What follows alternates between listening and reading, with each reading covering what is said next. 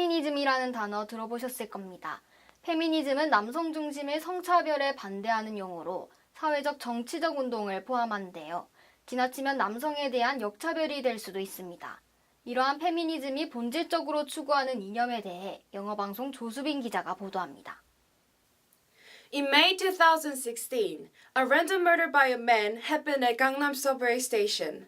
The murderer told the police that he was waiting for a woman to kill her at a public subway toilet.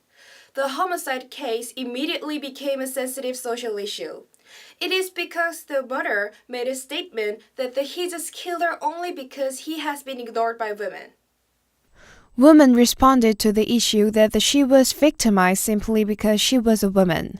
They also told that obviously it must be a misogyny crime. On the other hand, men didn't agree with such responses from women, insisting that making all men misogyny criminals would be a hasty generalization. Later, the prosecutor officially announced that the case is not a misogyny crime, just caused by the criminal's mental illness. Despite the prosecutor's announcement, arguments about between misogyny and misandry gradually increased. At the same time, concerns about a hatred for the opposite gender also increased. Meanwhile, a social movement for women's rights, which is called feminism, became a hot issue in our society. In fact, there exist online feminist groups called 꼴페미 and feminazi supporting female chauvinism. The appearance of such groups fuels confusion among people. Then, what is the essential value that the conventional feminism attempt to pursue? Now let's begin with its origin. The history of feminism dates back to the 19th century. The early feminism simply sought to basic legal rights for women, insisting that equal opportunities between men and women. By doing so, the early feminism finally succeeded to acquire women's suffrage and ownership of property. Since then, feminism and its movements changed over time as society changed. The early feminism fighting for women's legal rights moved to fight against gender discriminations inherent in social institutions such as patriarchal systems. Specifically, the feminists at that time demanded women's right to their bodies. For example, women attempt to achieve their freedom from parenting, pregnancy, and appearance. Feminism in the early 21st century became controversial to the extent that women enjoy more rights than men do. But women feminists insisted that women were still severely discriminated within social systems.